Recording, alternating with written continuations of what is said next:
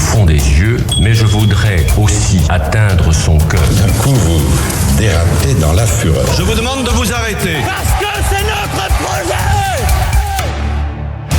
En route vers la présidentielle, tous les après-midi, un éditorialiste vient nous raconter les coulisses de la campagne. Et le jeudi, c'est Mickaël Darmon qui est avec nous. Bonjour Mickaël. Bonjour à tous. Mickaël, on a écouté il y a un instant Olivier Véran et Jean-Michel Blanquer annoncer des mesures pour faire face à la 5e vague de coronavirus en France. Des annonces qui télescopent l'agenda de Macron. Pourquoi cette inquiétude des autorités, Mickaël ? Parce qu'Emmanuel Macron a compris que la campagne présidentielle va se dérouler sous le haut patronage du Covid-19. Parce qu'elle vient, cette vague, alors que Macron, lui, pensait qu'à la fin 2021, la crise sanitaire serait derrière nous et la campagne devant lui. Le discours du gouvernement était d'assurer que la vaccination permettrait le retour à la vie normale. Et d'ailleurs, avec la reprise donc économique, la preuve était patente. Or, voilà que reviennent les spectres des heures sombres de la pandémie, les contraintes, les menaces de restriction, les aides des activités, le retour du masque à l'intérieur.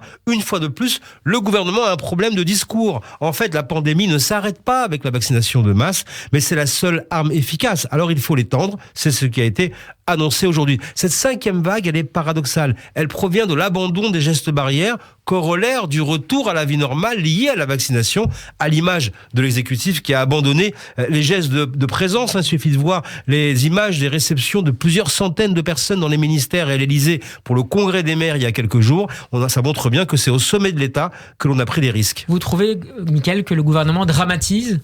Ce qui est curieux, c'est qu'en fait, on voit que pour cette vague, le gouvernement est un peu à front renversé du monde médical. Gabriel Attal, hier, a parlé, lui, de risque de submersion et de voir revenir les décisions difficiles, les fermetures, les confinements, ce qui a été d'ailleurs démenti aujourd'hui. Alors que les médecins n'ont pas le même discours, même s'ils sont effectivement inquiets. Lors du deuxième des confinements, on s'en souvient, les médecins étaient alarmistes alors que le pouvoir les renvoyait sans cesse dans ses cordes. Emmanuel Macron, qui au début ne se reposait que sur le conseil scientifique, les renvoyait en disant que c'était des Cassandres, des alarmistes, et il les opposait en disant « mais moi maintenant j'intègre une dimension politique dans mes décisions ». On est à front renversé aujourd'hui. Donc on est à front renversé et on voit que cette dramatisation, elle permet aussi de replacer le chef de l'État à l'étage du chef de crise. Un chef de guerre qui permet de ressouder autour d'un exécutif en gestion de crise, parce qu'Emmanuel Macron sait qu'il sera jugé sur la gestion de la vague la plus proche de la campagne présidentielle.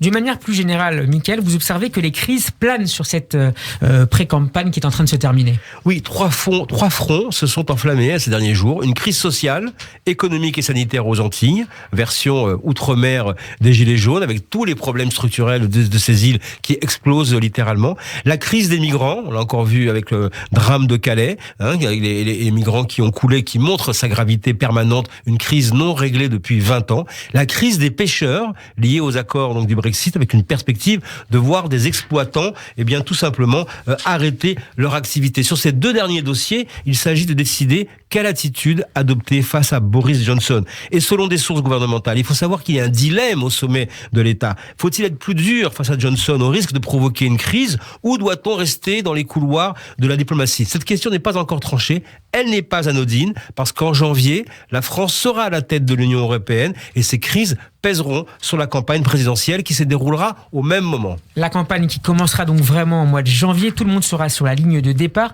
Quant à Emmanuel Macron, ses stratèges lui conseillent d'entrer dans la course dès fin janvier. Et oui, parce qu'en fait, ils disent tout est prêt, y compris le QG de campagne. Et je peux vous dire que selon nos informations, il devrait se situer, ce QG de campagne d'Emmanuel Macron candidat, dans le 8e arrondissement, non loin du QG actuel de la République En Marche. Ce sera rue d'Édimbourg, où un vaste local a déjà été pré-réservé. Tout est donc déjà prêt. Merci beaucoup, Mickaël Darmon. Je renvoie nos auditeurs à votre dernier livre, Les secrets d'un règne dans les coulisses d'un quinquennat. C'est publié aux éditions de l'Archipel. En route vers la présidentielle, c'est à retrouver en podcast sur radioj.fr. Lundi, nous serons en compagnie de Laetitia Krupa. Merci, Mickaël, et à jeudi prochain. À jeudi.